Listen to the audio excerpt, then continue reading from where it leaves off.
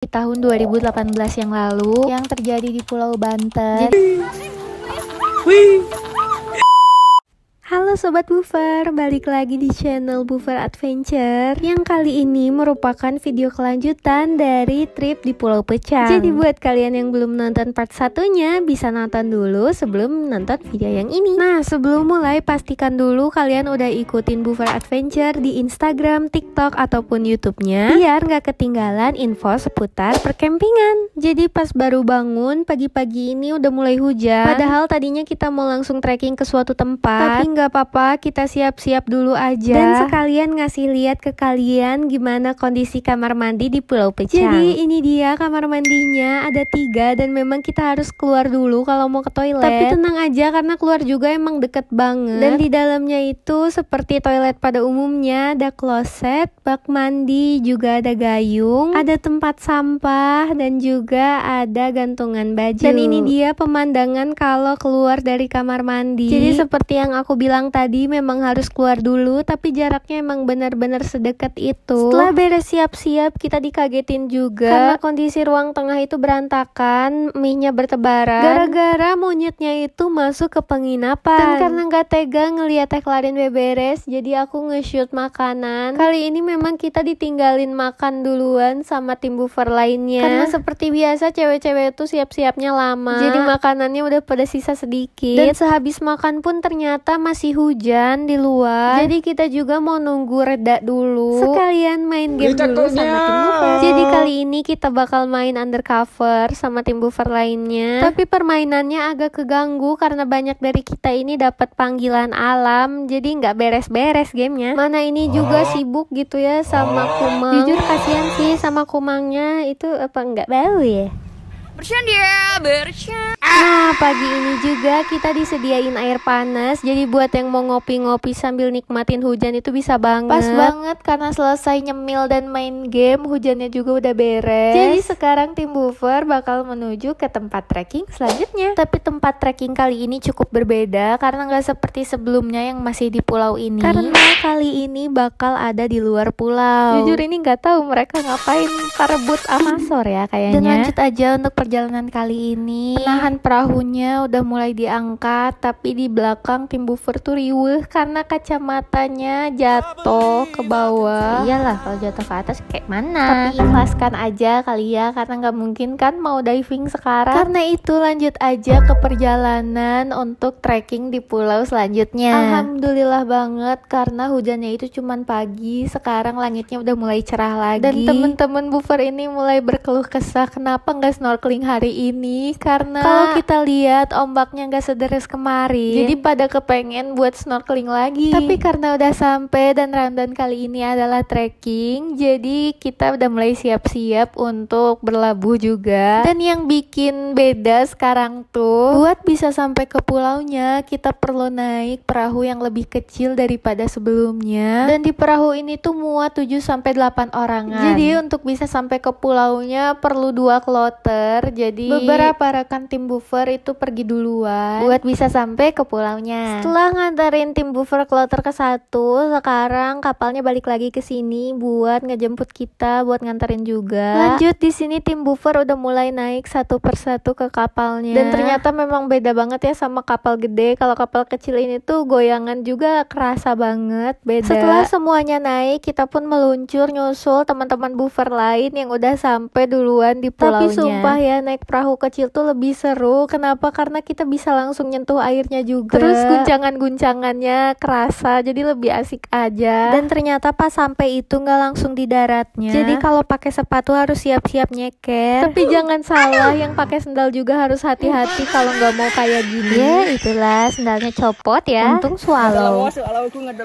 Nah, selain itu di sini ada Aian yang lagi nemu batu akik gitu. Jadi di sini memang banyak bebatuan gitu, dari batu akik sampai terumbu karang. Berhubung mau masuk lagi nih ke hutan, jangan lupa buat pakai obat nyamuk karena kita nggak tahu juga di sini ada nyamuk malaria atau enggak. Jadi lebih baik antisipasi dulu. Ya nggak sampai ke muka-muka juga sih. Nah, beres perobatan itu kita langsung meluncur ke lokasi. Jadi kali ini kita trekking ke Savana Cidaon. Dan kenapa dinamakan Cidaon itu? Karena isi dari hutan ini itu banyak tumbuhan nipah. Ya betul, jadi daun itu nama lain dari pohon nipah. Lanjut, di sini ada papasungan atau biasa disebut napas. Jadi dia itu dari akar mangrove. Nah, selain itu juga berdasarkan tour guide-nya, jadi pohon ini itu menghasilkan buah dan buahnya itu bisa jadi sirup. Dan untung banget karena lagi berbuah, jadi Buffer juga bisa langsung nyobain di sini rasanya kayak gimana. Ya sebenarnya kita di sini lagi dikasih arahan buat minim bersuara karena binatang-binatang itu bisa dengar dari jarak jauh. Tapi emang secara kebetulan aja bisa sambil makan buah mangrove-nya. Nggak janjiin karena kan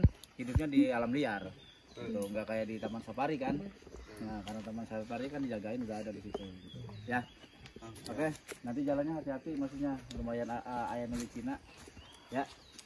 Jadi ini dia perjalanan buat bisa sampai di Savana Cidaonnya. Areanya emang cukup susah sih kalau misalkan anak kecil jalan. Mungkin ini juga jadi alasan kenapa kalau misalkan kita mau ke Pulau Pecang itu harus ada tour guide-nya. Jadi nggak bisa kalau misalkan kalian mau perjalanan sendiri. Karena memang sealami itu dan juga jalanannya tuh nggak begitu kelihatan. Jadi emang perlu orang-orang profesional yang emang udah tahu jalur-jalurnya. Di sini tuh kita memang benar-benar harus perhatiin jalan karena jalannya tuh licin dan ada banyak papasungan. Yang bikin kagetnya adalah tour guide-nya nggak pakai sendal ataupun sepatu. Ya mungkin karena benar-benar udah hafal mana yang bahaya, mana yang enggak, dan udah sering lewat sini kali ya. Dan akhirnya setelah menempuh perjalanan kurang lebih 15 menit kita bisa sampai juga di Savana Cidaon. Dan hal pertama yang perlu kita lakukan adalah jangan berisik.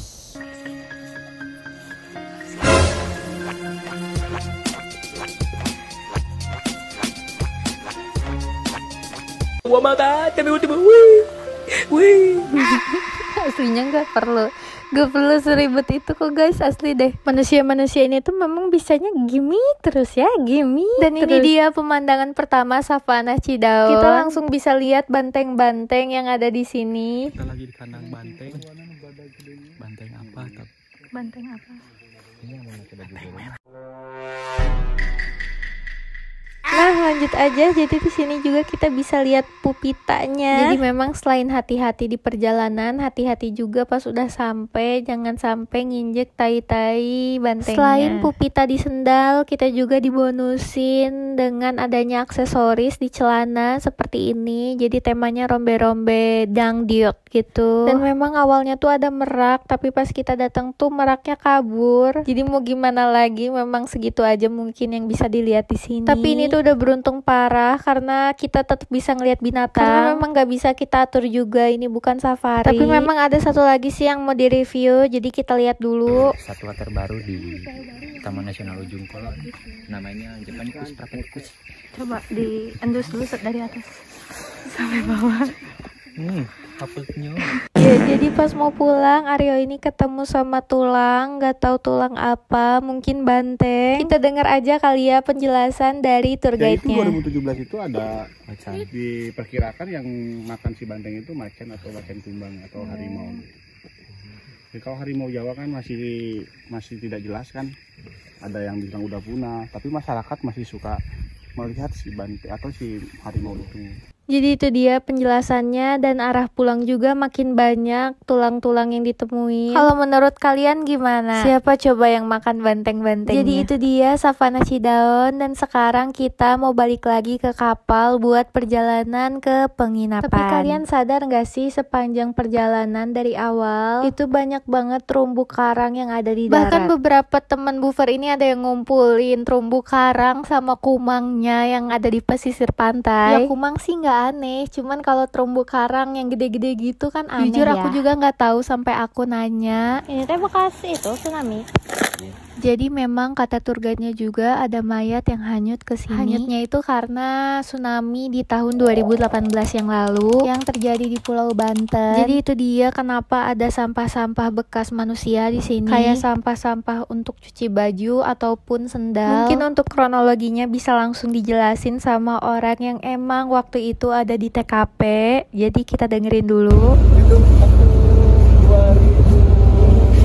2018 saya di sini. Pas tsunami itu ada di sini saya. Pas tsunami-nya Bang ada 6 lagi bawa 60 peserta off trip. zamannya lagi di Pulau Puncak. Tapi tsunami-nya ke sebelah sana apa ke sini juga kan? Ke sini sampai front office. Semua pada panik apa? Aduh. Ada juga supaya nggak berbenturan akhirnya kapal palit di situ. Cidaun.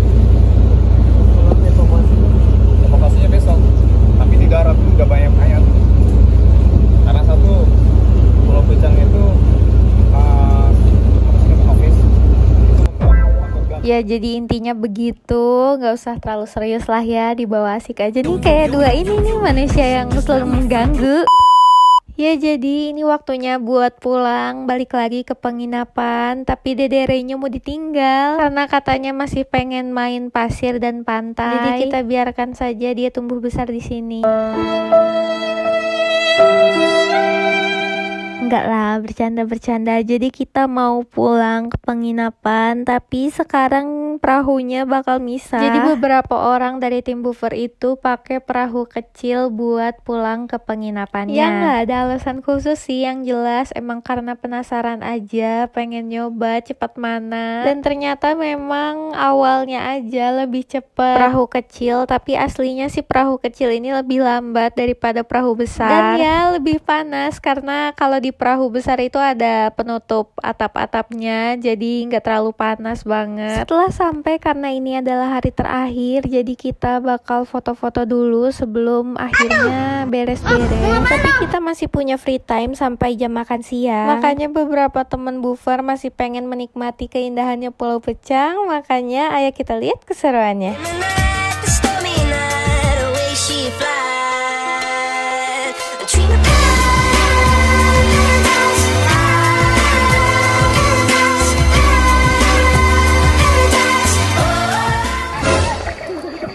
Ya itulah untungnya nggak sampai penyok ya. Seberes main langsung aja kita beberes, siap-siap untuk check out. Pastiin banget barangnya nggak ada yang ketinggalan dan nggak ada sampah-sampah yang tertinggal. Dan sekarang itu jam 12.42, jadi memang benar-benar jam makan siang banget. Saking nggak mau ada sampah tertinggal, Teh Klarin tuh nyapu terus ya kerjaannya. Tapi yang disapu ternyata pasir ya. Terus banyaknya. Ini juga nih para manusia gimmick ini nggak tahu ngapain, sumpah ada aja ya kerjaannya. Tapi jujur aku kira packing tuh cepet, tapi ternyata ngabisin kurang lebih 30 menit. Mana barang bawaan pas pergi tuh kan ringan-ringan, pas pulang kok berat. Ya ternyata itulah baju-baju bekas snorkeling dan bermain-main di pantai itu malah membuat barang bawaan makin berat ya. Mungkin saran dari aku nanti lagi pakai ponco kali ya snorkelingnya, jadi nggak usah ada barang-barang basah gitu. Dan ya sebelum pulang udah pasti bakal foto-foto lagi. Memang cowok-cowok ini tuh agak narsis ya. Enggak deh, yang bercanda. Mana itu apa tuh, ada brand apa itu? Endorse dong, boleh kali. Dan lanjut aja sekarang kita ke kapal buat perjalanan ke Bandung. Amasor lagi ngecek ulang kali ya barangnya, takut ada yang ketinggalan karena jauh kan. Kalau ketinggalan nanti harus liburan lagi. Jadi langsung aja sekarang kita menuju ke kapalnya. Ini perbedaan mukanya sangat nampak ya, kayaknya nggak mau pulang pas pergi padahal dan happy. Sekarang kita udah sampai di kapalnya dan Arizal ini jadi pas sampai kapal kita udah disiapin makan siang juga. Kali ini prasmanannya di kapal langsung dan bisa ngeliat view seindah ini. Belum lagi kita bisa langsung ngeliat ikan sarden yang lagi ada di permukaan kayak gini. Jadi ini ikan sarden atau ikan Indosiar? Coba komen di bawah, ini ikan apa sebenarnya? Jujur merasa bersyukur banget bisa liburan bareng semuanya sama teman-teman buffer. Semoga kedepannya tim buffer masih bisa nemenin sobat buffer untuk trip-trip selanjutnya. Berhubung tim buffer kelihatannya udah pada capek, jadi pada ketiduran. Kita ketemu lagi pas udah sampai di pelabuhannya. akhirnya setelah 3,5 jam perjalanan pulang, kita sampai juga di pelabuhannya. Kita mau berterima kasih banget sama private trip yang udah nemenin kita dari awal acara, dan juga teman-teman Bufer yang udah nonton sampai akhir. Ada juga nih pesan dari tour guide yang udah nemenin kita. Buat semuanya, semoga kita bertemu di trip selanjutnya. Semoga selamat sampai tujuan dan kembali ke rumah masing-masing. Dicek lagi barang-barangnya ya. Jadi ini itu pelabuhannya masih sama kayak hari pertama, tapi bedanya hari ini kita datangnya sore, kalau kemarin kita datangnya subuh. Jadi beberapa hal yang gak kita notice di hari pertama itu bakal kelihatan sekarang. Makanya dari saung sampai gapura itu baru kelihatan jelasnya hari ini. Dan setelah sampai itu kita nggak langsung berangkat, jadi istirahat dulu di saung-saung. Karena beberapa teman Bufer ada yang lagi sholat. Berhubung gabut, jadi kita jalan-jalan di sekitar saung dan nemu ayunan ini. Semuanya tampak baik-baik aja ya dan estetik gitu. Sampai akhirnya manusia ini datang.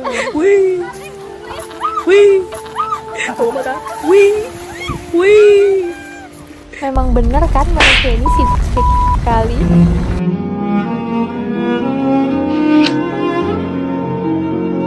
Udah jadi sekarang kita mau lanjut pulang beneran. Dan kali ini kita menuju ke minibus yang kemarin kita pakai juga buat kesini. Sekalian pamitan juga sama semuanya, dan makasih banyak banget karena trip kali ini bener-bener seru. Jadi langsung aja kita naik ke minibusnya dan perjalanan ke Bandung. Teman-teman semua setelah liburan sekarang sudah terlihat dewasa dan juga matang. Kita sekarang perjalanan menuju pulang ke habitat kita masing-masing ya. Setelah kita 2 hari berkumpul dengan habitat monyet, kucang, dan juga biawak, babi. Sebelum perjalanan pulang untuk kelancaran dan keselamatan kita, marilah kita berdoa dimulai. Oke, untuk memastikan tidak ada yang hilang, kita akan absen. Cuma nanti nama yang disebut harus mendeskripsikan satu kata tentang liburan kita 2 hari ini. Deskripsikan dalam satu kata. Jika undercover. Deskripsikan dalam satu kata. Oke. Siap ya? Mulai dari belakang. Rifki. Jos, menyalakan kaki. Gokil. Mantap. Good. 50. Mantap. Menyala. Hot. So hot baby. Terbaik Andi mandi wae. Mandi seru. Ajib. Ajib. Hitam. Tentara tuh harus hitam. Biar sangar. Oh lagi. Oh lagi baru pulang. Baru juga pulang. Jangan jadi pikirannya. Lagi. Waduh, lagi sama cari yang lain. Yang kemana nyiap open tripnya. Langsung yang buka open trip super explore. Oke, penutup perjalanan kali ini kita tutup dengan sebuah pantun. Cakep. Belum. Ini pantun dibuat 5 tahun yang lalu. Jadi 5 tahun yang lalu yang udah ngeprediksi bakal hadiah gitu.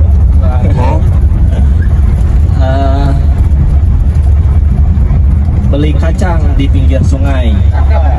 Cakep. Kurang kompak. Cakep. Beli kacang di pinggir sungai. Cakep. Pulangnya mampir ke rumah Mang Ogi. Cakep. Jalan-jalan di Pulau Pecang telah selesai. Cakep. Tahun depan kita liburan lagi. Balas Kang Rijal. Lamun aya umurna. Assalamualaikum warahmatullahi wabarakatuh. Selamat istirahat, selamat bobo.